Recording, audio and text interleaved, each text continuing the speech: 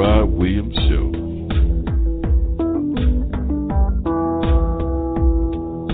Coming to you live.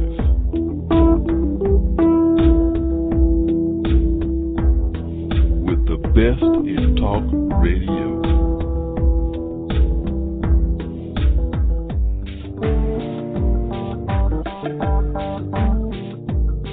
Hey, my friends. This is Gerard Williams with the Gerard Williams Show. And we are coming to you live. And today, my friends, we have on the line with us Reverend Marilyn Redmond. Miss Redmond, are you there? I'm here, and thank you so much for inviting me. It is certainly my pleasure and my privilege to be able to speak to you today. Listen, we are excited to tell you that I have done a little research on you. I have looked at some of your bio information. I have looked at some of your YouTube videos. I've looked at some of the interviews that you've done over the social media. And I know for a fact that you are a multi-talented person. And I know for a fact that tonight we could focus on any topic that we really wanted to focus on. I mean, holistic health, healing counseling, therapeutic hypnosis and regression. We could talk about metaphysics, and the list could go on and on. But tonight, if you would, Miss Redmond, would you talk to my listeners about prosperity and how it could work for them? Would you do that for me? Oh, I would enjoy that. Thank you so much for asking. All right, then this is what I'm going to do. I'm going to step back. I'm going to turn the microphone over to you, and I'm simply going to say, Reverend Marilyn Redmond, would you please take it away? Oh, well, thank you so much. Well, maybe I should start with just a few pieces of information of who I am. I am a spiritual counselor and help people to find their prosperity in their life. And I assist people in doing this in ways that I have tools where instead of the normal counseling, we go beyond that into a spiritual information that is more valuable because it changes us from our subconscious, from our heart. And so most counseling comes from the head. And if you go beyond your visual information of what we've been conditioned to in our lives and go beyond that and see where did it come from and go to the root cause of the situation, then we can really make that prosperity happen, because we have been taught in our society to be fearful and to not question and to think within the box. And so most often we think of ourselves as worthless or not worth having good things in our life. Maybe we've had problems where we've been so frightened to stand up and be ourselves and speak up and really have that life we truly wanted for various reasons. In my case, I was raised in domestic violence, and I married domestic violence, and I didn't think I was a good person or I deserved good things. And so prosperity for me is really an interesting topic today. I haven't actually addressed it quite like this before, but I love that idea. What I know today is that prosperity is there for all of us. And if we're thinking in that box, we can't acquire it. So I have a book that's going to be coming out in the next couple months called Paradigm Busters, Reveal the Real You. And in that book, I list the principles that we can live in. And if we're using the principles of love in our life, then that prosperity can actually manifest and happen for us. It's really possible to have abundance in our lives. I have become fearless. I had to become fearless because I was such a bullied, intimidated, good victim as a domestic violent wife that I had to learn to overcome that and outgrow it and grow up into a mature spiritual being that has the courage and power that was always there for me. And with that understanding and moving into a new higher consciousness, prosperity happened. I moved out of my old mindset. In the Bible it says that we have to change our minds. The mindset we have is usually works against us. It comes from our ego, usually. Ego, some people say, is edging God out. So as we edge it back into our lives, the truth of who we are and the beautiful understanding that we were created in love, and our inheritance is prosperity, and we can remove the barriers to the prosperity And in my book, I have 12 chapters that go through different principles of what we need to do to get that prosperity to manifest in our lives. Let me ask you one question. So what I'm hearing you say to me and to my listeners is that prosperity is there available for us. We usually are in the way. We block our prosperity simply by fear and other things that we are not even aware of. Exactly. There's issues that we usually bring into our lives through various memories of the past that we, because I do past life regression, when we eliminate that old message that whatever has caused and stopped our being able to manifest prosperity. I had one lady come to me that was very codependent, and she was trying to find a relationship where that wasn't going to happen anymore. She says, I helped her. And in the middle of the process, she says, is that what I'm doing? I don't have to do that again. So as we start to understand things that are going on in our lives that we're not aware of, we can change it. And what we don't know is what runs our life. Exactly. I had the experience one day of driving down the highway, and all of a sudden, I've done this work now on myself, changing myself for the last 30 years. And so I was driving down the highway, and all of a sudden I felt this prosperity and abundance inside of me. And it expanded beyond me into the car, and it expanded beyond the car onto the highway. And this energy expanded onto the side of the highway, and it expanded onto the grassy area beyond the highway where you could see the horizon line in the sky in the distance. And I realized that abundance and prosperity has always been there for us.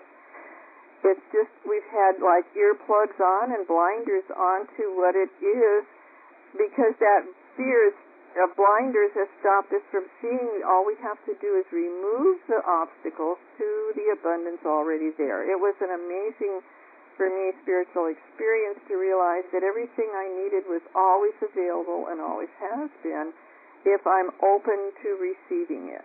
Wow, that is fantastic.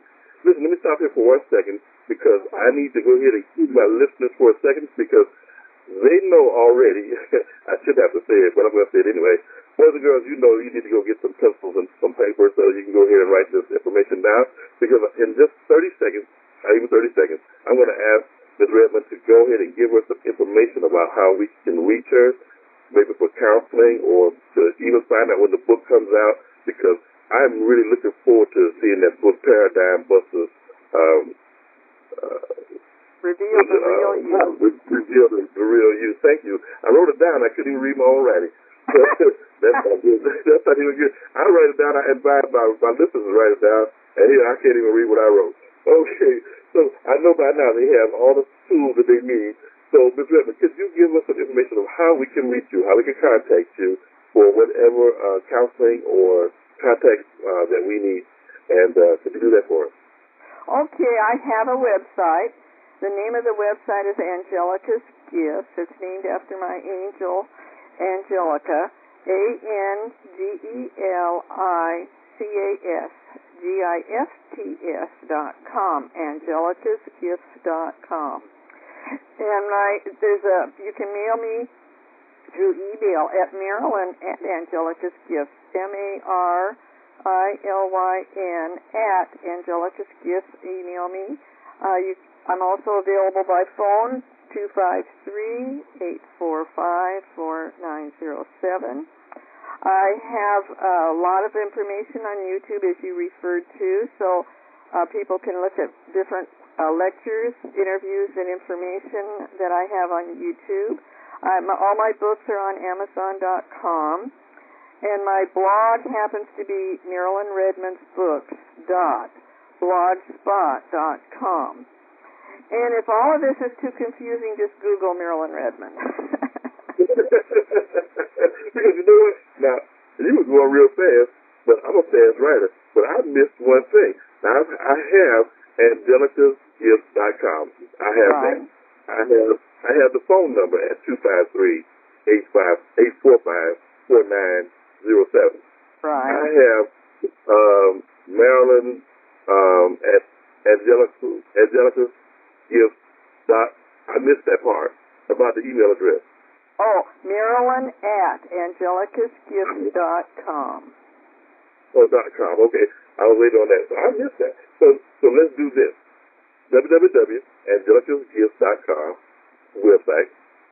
Marilyn at angelicusgifts.com email address. Phone number 253-845-4907. And the blog spot, what was that? Oh, my blog is Marilyn Redmond Books. Marilyn Redmond Books. And then blogspot.com. Okay, got it. Perfect. And I'm also at Amazon.com. All right. Now, you said you had books. So now I know this one's coming out, the Paradigm Buster Reveal the Real You. I know it's coming out. But what other books do you have? Well, my first book was called Roses Have Thorns, and it's a book where I put into poetry my traumatic and dramatic childhood and growing up in my early years, why I was looking and searching for love in all the wrong places, and how at the end of the book I've come to understand that all my answers are within when I meditate and find the God within. So Roses Have Thorns really is how I got into doing this work, because I wanted to heal those problems that happened to me. And then a year ago I published a book called The Real Meaning of 2012, A New Paradigm to Bring Heaven to Earth. And in that book I have described how to reduce the influence of the ego. We really do have a fear-based society. From schools teach failure. You know, if you didn't pass the test, I don't know about your state, but in Washington State, the children are taught to pass a test. And when I taught school, I'm a retired teacher, I always had very creative, imaginative, intuitive kinds of experiences to help the children learn from their creativity and not just rote learning from a textbook. And that's been kiboshed and stopped in a lot of educational circles if they're going to receive money from the government. So they're being taught to think in a box. And so it's very important that we understand that we don't have to think in a box. If we're left-brained and right-brained, and we have a balance in our lives, then our lives can be more prosperous, because if you just teach to a test, you're not going to get the prosperity. It's actually going to make you lack of feeling that you have any value, and it's very sad, because people are not taught prosperity. They're taught to think of themselves as with being less than and not good enough. So, and when you have these different things in our culture, I was told at one point I was going to be on medication the rest of my life, and I would be mentally ill, and I have been off all medications for over 14 years, and God has restored my mental health. I've been declared sane. So all these things that we're told are going to happen isn't necessarily true if we get rid of our ego. And because people in control of the government don't want people to think for themselves. They would like to be the ones manipulating the situations, and everybody's just kind of the puppet. And so we can think beyond that. And so that's thinking for yourself is not, it's suppressed and it's not encouraged by all parts of our society. And it's important to know that we can think outside the box. Yeah, our society conditions us to just follow along. It's just go along to get along. And that's a sad commentary. Well, it's sad that people have been misled, and they're so fearful sometimes to even try to think differently or question anything, and to see if there are other options, is there a better way? And there are a lot of better ways. It's just that we've been kind of led down a path and told, well, if we don't follow this path, what's wrong with you? And so we're shamed. The society's been shamed into being victimized, and it's really sad. So we can rise above that when we use our heart as our guide and guidance and direction, and come from love. We can be our whole true self, and we are in autonomy. We can be a whole spirit. We don't have to have the trauma and drama. We can enjoy our lives, and I believe we're on earth to have that prosperity you talked about. We're here to enjoy it and to release anything that stops it from coming our way. Absolutely. Absolutely. I agree with you 100%. Let me do this. Let me do one more thing. Now, you've already teased us with paradigm busters, reveal the real you. You told me you had like 12 different little principles in that. Could you tease us a little bit more and tell us about a couple of them? Surely, yeah. The principles are the principles of love. And if we are honest with ourselves, then we're honest with the universe and our Heavenly Father. And so people that aren't honest actually are mentally ill. That's where mental illness and all illness comes from, is a lack of self-honesty. And when we get honest with ourselves, we can move into hope, which is another principle, where we can see beyond the devastation and beyond the terrible, horrible, and awful things that happen to us, beyond the turmoil and despair. And we always have hope because that's the universe is made in love, and it's always been there. We've just been not taught that it is there, and so a lot of people become hopeless, and it's really sad. If we stay in hope, we're putting our consciousness where reality is. And if we live in faith, that's another principle, the faith that the universe will support us in all things. And you can't have fear if you live in faith. They're extreme opposites. One of my examples, it's kind of a silly example, but it's like you can't be half pregnant. Either you're in faith or you're not. So it's like you're either pregnant or you're not. So when you live in faith, then the manifestations of prosperity literally can start happening in your life. What I discovered, even though I'd gone to church all my life, I didn't understand prayer and meditation to be my connection to faith and that inner voice that be still and know that I am God. I didn't have that connection for the faith to actually manifest.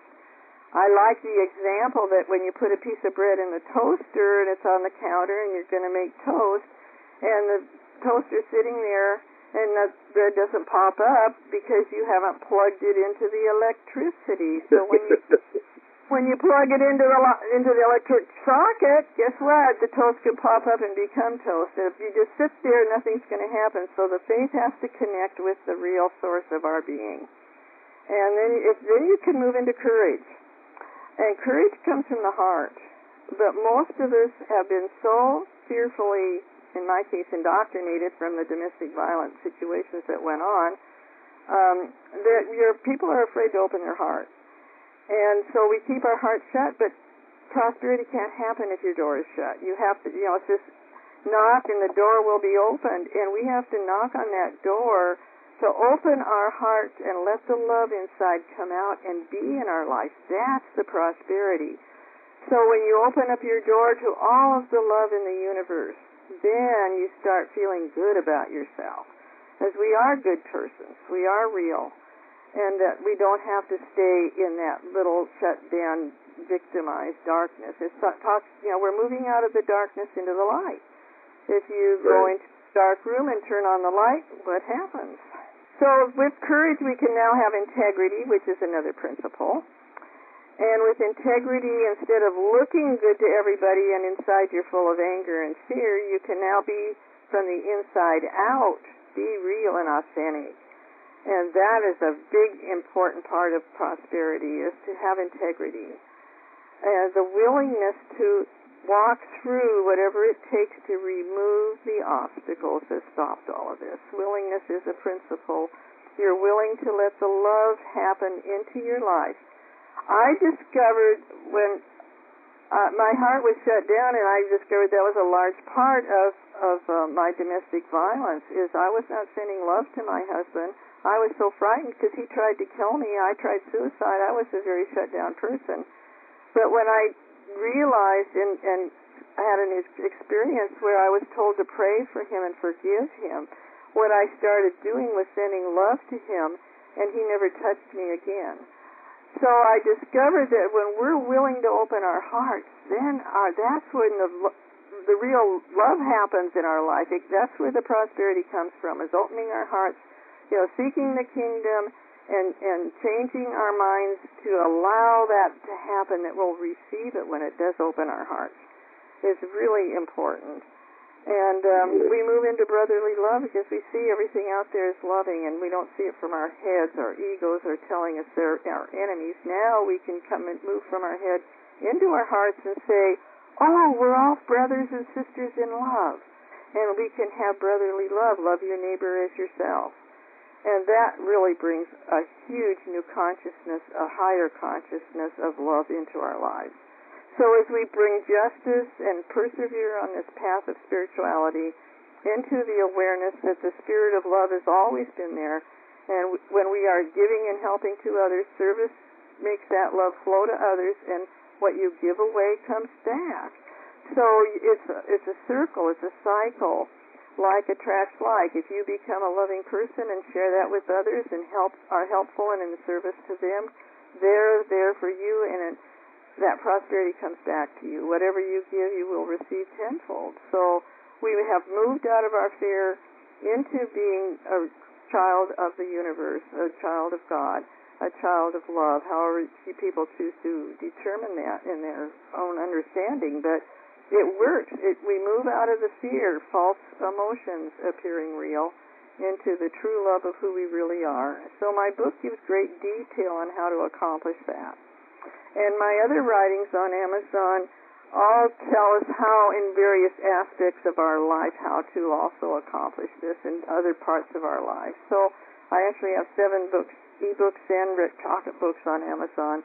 And it's all about opening our heart and letting that wonderful abundance and prosperity actually occur and come back to us, because we don't feel needy anymore.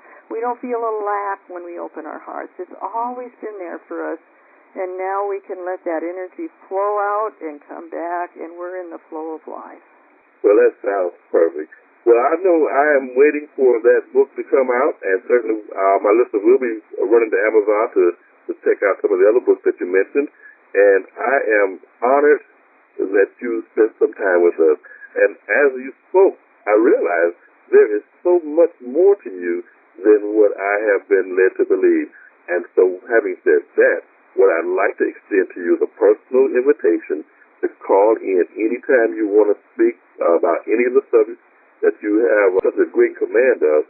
And I think my listeners will certainly applaud that. So, could you please accept my personal invitation? Well, I accept your invitation. I would love to join you again. Absolutely. Well, I certainly appreciate that. All right, then. Having said that, this is T. Gerard Williams, your host and executive producer of the T. Gerard Williams Show. And with that, boys and girls, I'll see you when I see you. Bye-bye now. Bye-bye. The T. Gerard Williams Show.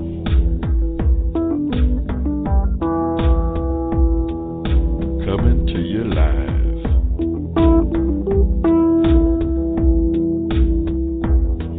With the best in talk radio.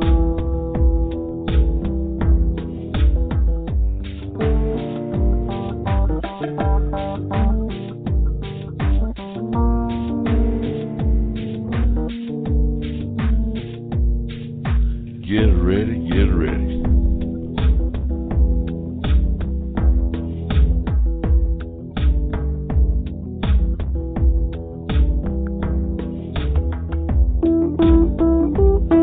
Heartbeat of talk radio is the T. Gerard Williams Show.